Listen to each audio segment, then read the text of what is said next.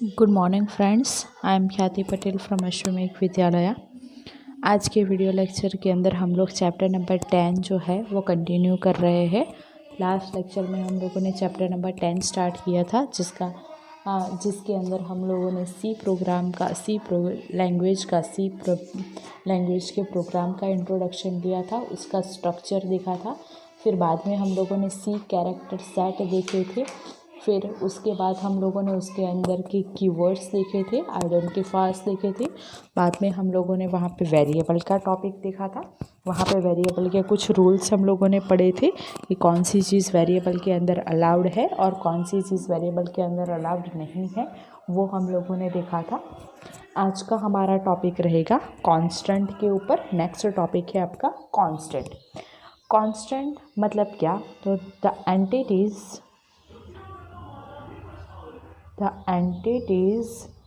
that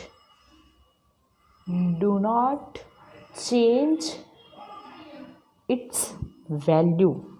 C program के अंदर ऐसी एंटिटी जिसकी वैल्यू चेंज नहीं होती है। The entities of C program that do not change its value throughout the execution of program are known as constant. Okay, constant की definition पता चल गई। The entities that do not change its value throughout the execution of program are called constant. C constants can be divided into 4 categories. ये जो सी constant है, ये सी constant 4 categories के अंदर डिवाइड होते हैं। फर्स्ट कैटेगरीज है numeric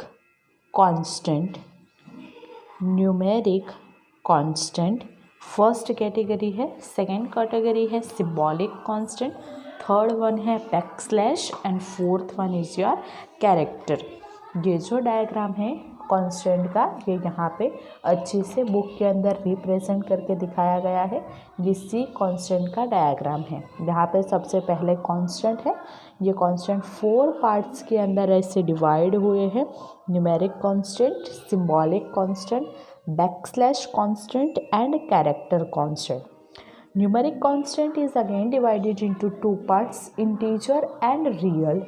Integer constant, integer numeric that contain whole number likewise, and the real number that contains your floating point fraction number is stored in real constant.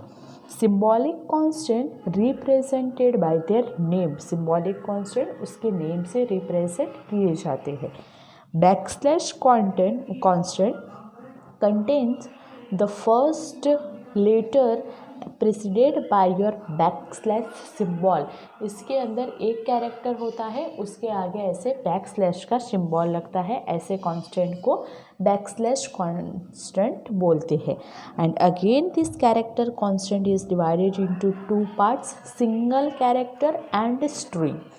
Single character होगा तो उसके अंदर ऐसे single एक ही character होंगे और उसके अंदर ऐसे सिंगल कोट लिखे जाएंगे। इसके अंदर आप लोग नंबर भी ऐसे कोट्स के अंदर लिखोगे तो वो कैरेक्टर कहलाएगा, कैरेक्टर के तौर पे काउंट होगा।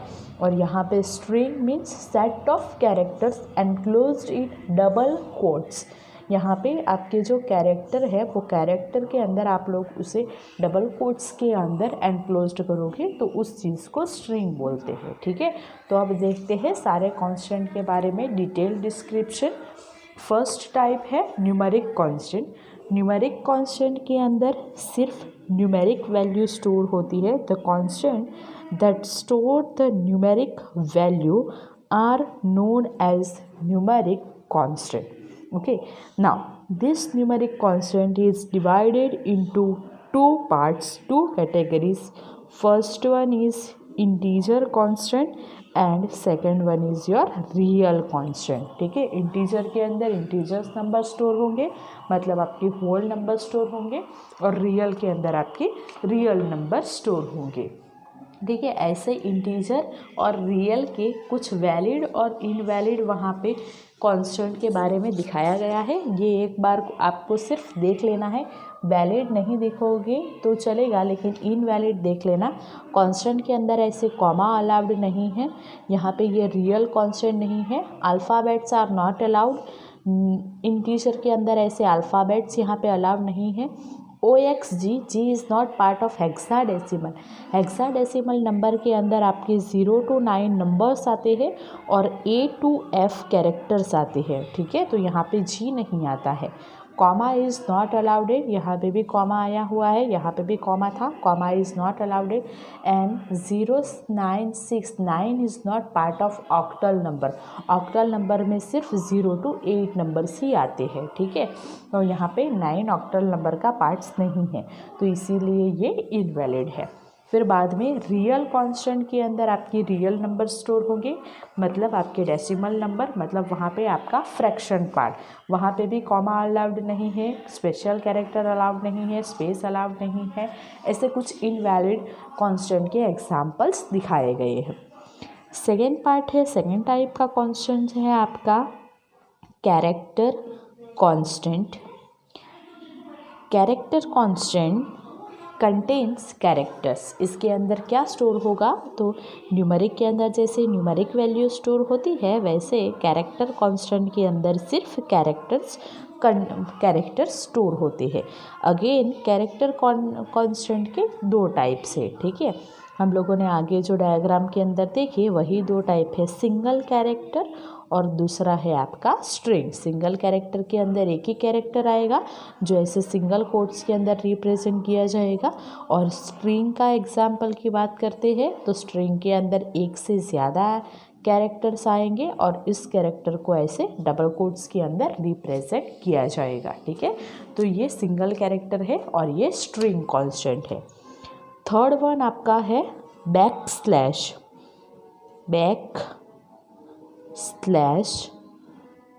कांस्टेंट। बैक स्लैश कांस्टेंट के अंदर जैसे नेम है वैसे ही उसके नेम के आगे ऐसे बैक स्लैश का सिंबल लगता है, इसीलिए इसको बैक स्लैश कांस्टेंट बोलते हैं। और backslash constant is also known as escape sequences. उसे एस्केप सीक्वेंसेस भी बोलते हैं, ठीक है। तो यहाँ पे ये बैकस्लैश का पीछे एग्जाम्पल आउटपुट के फॉर्म में दिखाया गया है। ये सारे बैकस्लैश कैरेक्टर है, ये सारे कैरेक्टर के आगे ऐसे बैकस्लैश का सिंबल लगता है, ये सारे आपके बैकस्लैश कैरेक्टर्स है, ठीक है। And the escape sequences are mostly used for formatting purpose. इसके अंदर जो ऐसे बैकस्लैश कांस्टेंट यूज़ हुए हैं वो सिर्फ फॉर्मेटिंग पर्पस के लिए यूज़ हुए हैं। And the last one, fourth type of constant is known as symbolic constant. Symbolic constant के अंदर उसकी जो वैल्यू है वो वैल्यू सिंबल के फॉर्म में आइडेंटिफाई होती है, सिंबल के फॉर्म में रिप्रेजेंट होती है। ऐसे सिंबॉलिक कांस्टेंट को डिक्लेयर करने की सिंटैक्स यहाँ पे दिखाई गई है। इसके आगे हैज़ डिफाइन लगता है, आइडेंटिफायर और वैल्यू। ये हैज़ डिफाइन हम लोगों ने आगे के वीडियो लेक्चर में भी देखा है कि जहाँ पे आपका सिंबॉलिक कांस्टेंट आएगा उसके आगे आपको हैज़ डिफाइन लिखना पड़ेगा। फिर बाद में यहाँ पे हैज़ डिफाइन के बाद आप लोग जो भी सिंबल यूज़ करना चाहते हो, जैसे पाई है तो उसके लिए हम लोग PI ऐसा लिख लेंगे और उसकी जो वैल्यू है वो वैल्यू हम लोग लिख लेंगे। तो यहाँ पे हैज़ डिफाइन जो है उसे प्री प्रोसेसर डायरेक्टिव बोलते हैं। Here hash define is known as preprocessor directive. उसे क्या बोलते हैं, प्री प्रोसेसर डायरेक्टिव बोलते हैं। ऐसे आपके ये इसका एग्जाम्पल है। तो ऐसे आपके प्रोग्राम के अंदर सिंबॉलिक कांस्टेंट यूज़ होते हैं, ठीक है। तो ये कांस्टेंट के बारे में आपको ये 4 उसके नेम्स याद रखने हैं। कांस्टेंट किसे बोलते हैं, जिसकी वैल्यू चेंज नहीं होती है throughout the execution of program is known as constant. There are 4 types of constant: numeric, character, backslash and symbolic. Numeric again divided into 2 parts, integer and real, and is character again divided into 2 parts, single character and string constant. Okay. Next आपको एक छोटा सा programme दिखाया गया है, लेकिन हम लोग यहाँ पे प्रोग्राम की कोई बात नहीं कर रहे हैं। नेक्स्ट टॉपिक दिखाया गया है points to remember in C program. Points to remember in C program. C program के अंदर आपको कुछ पॉइंट्स याद रखने हैं, उस पॉइंट को ध्यान में रख के आपको आपका कोडिंग करना है।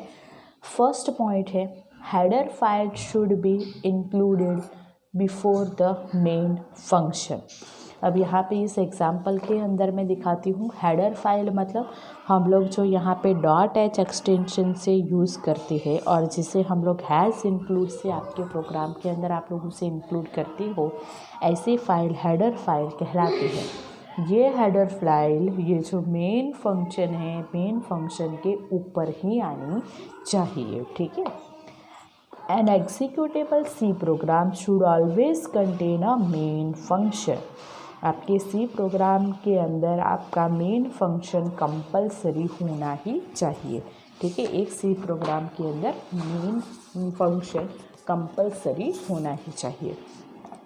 Third point, execution of C program starts from the first opening curly brackets after main। C program का एग्जीक्यूशन मेन के बाद का जो फर्स्ट कर्ली ब्रैकेट होगा उससे स्टार्ट होगा। Two function with the same name are not allowed in C program. C program के अंदर सेम नाम के दो फंक्शन आप लोग यूज़ नहीं कर सकते हैं। Normally C program consist of lower letter alphabet. C program के अंदर नॉर्मली आप लोग लोअर लेटर अल्फ़ाबेट्स का यूज़ करते हो। यहाँ पे आइडेंटिफायर केस सेंसिटिव है। आइडेंटिफायर कैसे रहेंगे? Case sensitive. जो आइडेंटिफायर के बारे में हम लोगों ने लास्ट वीडियो लेक्चर के अंदर देखा था, वहाँ पे हम लोगों ने आइडेंटिफायर के अंदर देखा है, तो आइडेंटिफायर जो है वो आपके केस सेंसिटिव रहेंगे। There should be at least one blank space between two words of C program। C program के दो वर्ड्स के बीच में क्या होनी चाहिए? ब्लैंक स्पेस होनी चाहिए। Usually C statement ends with a semicolon. C program के एंडिंग C स्टेटमेंट का एंड सेमी कॉलन से होता है। Comments can be inserted wherever a blank space can be inserted. जहाँ पे भी आप लोग ब्लैंक स्पेस डालते हो वहाँ पे आप लोग कमेंट इंसर्ट कर सकते हो। And every opening curly bracket, ये इम्पोर्टेंट पॉइंट है, every opening curly bracket should have a corresponding closing curly bracket. जो भी ओपनिंग कर्ली ब्रैकेट है उसके रिलेटेड क्लोजिंग कर्ली ब्रैकेट आपके प्रोग्राम के अंदर होना ही चाहिए, वरना आपके प्रोग्राम के अंदर उसकी एरर आ सकती है, ठीक है। नेक्स्ट टॉपिक दिया गया है एग्जीक्यूशन ऑफ सी प्रोग्राम। अब आप लोग एग्जीक्यूशन जो सी प्रोग्राम का है वो सी प्रोग्राम का एग्जीक्यूशन कैसे होता है, तो उसके रिगार्डिंग कुछ पॉइंट्स आपको याद रखना है, ठीक है। सी प्रोग्राम के एग्जीक्यूशन के अंदर आपको कुछ पॉइंट्स याद रखने हैं। तो यहाँ पे सबसे पहले ये जो सी प्रोग्राम है उसके एग्जीक्यूशन के अंदर सबसे पहला फर्स्ट यहाँ पे एक डायग्राम के फॉर्म में वो चीज़ दिखाई गई है। User types program in any editor. User कोई भी एडिटर के अंदर आपका प्रोग्राम टाइप करेगा। यहाँ पे जो एडिटर यूज़ करके दिखाया गया है वो स्काइट एडिटर है। तो यहाँ पे यूज़र कोई भी एडिटर के अंदर यूज़र कोई भी किसी भी एडिटर के अंदर आपका प्रोग्राम टाइप कर सकता है। आप लोग वहाँ पे टर्बो C++ में भी टाइप कर सकते हो, स्काइट में भी टाइप कर सकते हो। और जब आप लोग ऐसे कोई एडिटर के अंदर प्रोग्राम टाइप करते हो उसे सोर्स कोड या तो सोर्स प्रोग्राम बोलते हैं। उसे क्या बोलते हैं? सोर्स कोड या तो उसे सोर्स प्रोग्राम भी बोलते हैं। बाद में ये सोर्स प्रोग्राम जो है वो ट्रांसलेटर के थ्रू ऑब्जेक्ट कोड के अंदर ट्रांसलेट होगा, क्योंकि ये सोर्स कोड हम लोग अपनी लैंग्वेज के अंदर लिखेंगे तो उसे कंप्यूटर की लैंग्वेज में आपको ट्रांसलेट करना पड़ेगा। तो सोर्स कोड को ऐसे ऑब्जेक्ट कोड के अंदर ट्रांसलेट करने के लिए आपका ट्रांसलेटर यूज़ होगा, ठीक है। और ट्रांसलेटर हम लोगों ने देखे थे वैसे ही दो टाइप के ट्रांसलेटर होते हैं, कंपाइलर एंड इंटरप्रेटर, ठीक है। तो यहाँ पे जैसे आप लोग प्रोग्राम यहाँ पे कोई भी एडिटर के अंदर टाइप करते हो वैसे उस प्रोग्राम को आपको सेव करना पड़ेगा। तो याद रखना सी प्रोग्राम के जो सी का जो प्रोग्राम है, सी लैंग्वेज का प्रोग्राम का एक्सटेंशन .c ही रहेगा, उसका एक्सटेंशन क्या रहेगा, .c ही रहेगा। ओके, बाद में आप लोग उसे ये ट्रांसलेट करने की ज़रूरत नहीं पड़ती है, लेकिन ये इसके एग्जीक्यूशन की प्रोसेस है। फिर ऐसे ट्रांसलेट होने से आपका ऑब्जेक्ट कोड बन जाता है। बाद में लिंकर नाम का जो प्रोग्राम है, वो लिंकर नाम का प्रोग्राम उसके साथ नेसेसरी लाइब्रेरी फाइल को अटैच करके उसका एग्जीक्यूटेबल कोड बनाएगा। ठीक है, लिंकर नाम का प्रोग्राम क्या करेगा, उसके साथ लाइब्रेरी फाइल को अटैच करेगा और उसमें से आपका एग्जीक्यूटेबल प्रोग्राम, एग्जीक्यूटेबल कोड बनाएगा। ठीक है, सो द कंपाइलर मतलब it is one type of translator that converts the source program into machine language program is known as your object code और object program. Okay, a program called linker, linker क्या करेगा, a program called linker then use to link the object code with the library function and gives executable program और executable code and finally executable code is loaded into the memory by the program called loader। बाद में ये जो executable code है वो loader नाम के programme से नेसेसरी डेटा को लोड करके, नेसेसरी डेटा को अटैच करके लोडर नाम का प्रोग्राम डेटा को लोड करता है और बाद में आपको उसका फाइनल आउटपुट दिखाई देता है। ठीक है, तो ये इसके प्रोग्राम की एग्जीक्यूशन प्रोसेस है। ओके, तो यहाँ पे ये एग्जीक्यूशन प्रोसेस आपको याद रखनी है। अब आपको ये प्रोग्राम, सी प्रोग्राम जो है, ये सी प्रोग्राम यहाँ पे आपके जो एडिटर के अंदर टाइप हुए हैं वो आपका स्काइट एडिटर है। स्काइट एडिटर का यूज़ करके यहाँ पे सी प्रोग्राम टाइप हुए हैं। बाद में आप लोग स्काइट एडिटर के अंदर फाइल को आप लोग सेव करना चाहो तो फाइल मेनू में से आप लोग सेव का ऑप्शन ले सकते हो, या तो उसकी शॉर्टकट की है Ctrl+S। इतना करने के बाद आपको उस फाइल को कंपाइल करना पड़ता है।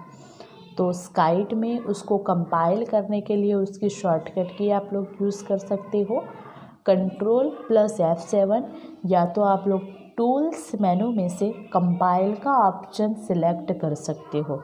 इससे आपकी फ़ाइल कंपाइल हो जाएगी और बाद में आपकी फ़ाइल को रन करने के लिए शॉर्टकट की है F5 और आपको ऑप्शन सिलेक्ट करना है तो टूल्स मेनू में से लेके आप लोग गो ऑप्शन सिलेक्ट कर सकते हो। ऐसे आपके प्रोग्राम का एग्जीक्यूशन आगे बढ़ता है। ठीक है, अब इस चैप्टर का लास्ट छोटा सा प्रोग्राम है, टॉपिक दिया गया है, याद रखना, history of C. C program की हिस्ट्री क्या है, तो ये सी प्रोग्राम का जो ओरिजिन है, the origin of C has been dated back to 1972 in Bell laboratory.